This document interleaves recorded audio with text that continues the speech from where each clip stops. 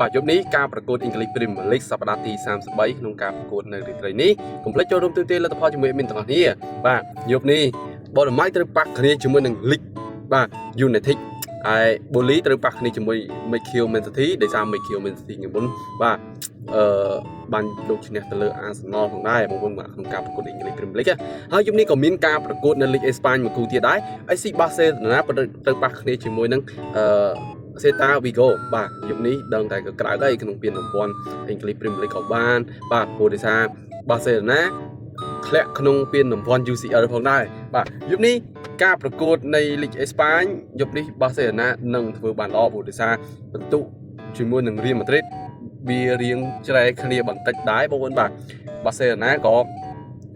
ចូលនៅលេខរៀងទី1ហើយរៀបចូលនៅលេខទី2យប់នេះត្រូវតែឈ្នះហើយ Barcelona ក្នុងការប្រកួតនេះហើយគូទី1 admin ឲ្យបងប្អូនលេងទៅខាងលីកចេះបងលីកមានសង្ឃឹមច្រើនហើយគូទី2ឲ្យលេងទៅខាង Mikel Man City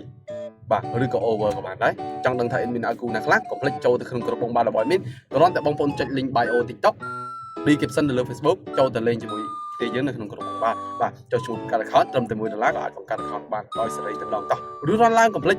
លេងកំសាន្តដោយទំនុកចិត្តខ្ពស់ជាមួយនឹង Go ខ្មែរផងដែរអរគុណច្រើន